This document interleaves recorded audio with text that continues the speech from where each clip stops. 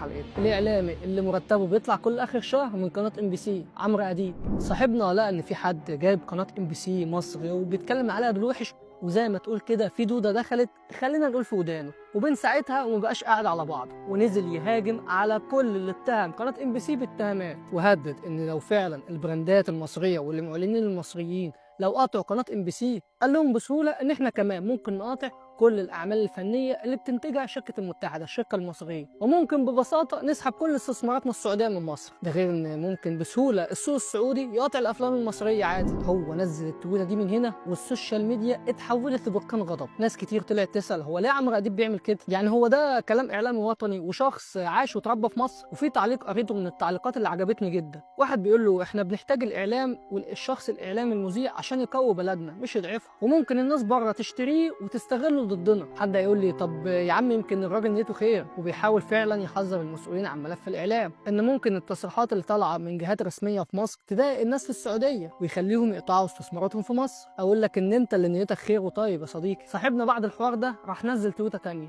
بيقول فيها فيما معناه يعني انه بعد عيد الفطر المبارك هيقعد بقى يفضل مصر ويجيب القديم والجديد كله. هيتكلم عن زياده الاسعار وسعر صرف الدولار وازمه سد النهضه مع اثيوبيا، يعني بالعربي من الاخر كده الراجل بيفهمنا ان هو قلب على مصر، وهيعرض كل السلبيات الموجوده، وكمان هيستخدم شهرته في الوطن العربي كله عشان بعد رمضان هيرجع تاني يقطع في مصر. حد هيقول لي طب ازاي شخص يعني اتولد واتربى وعاش واشتغل في بلده ويقطع فيها كده؟ بص يا صديقي،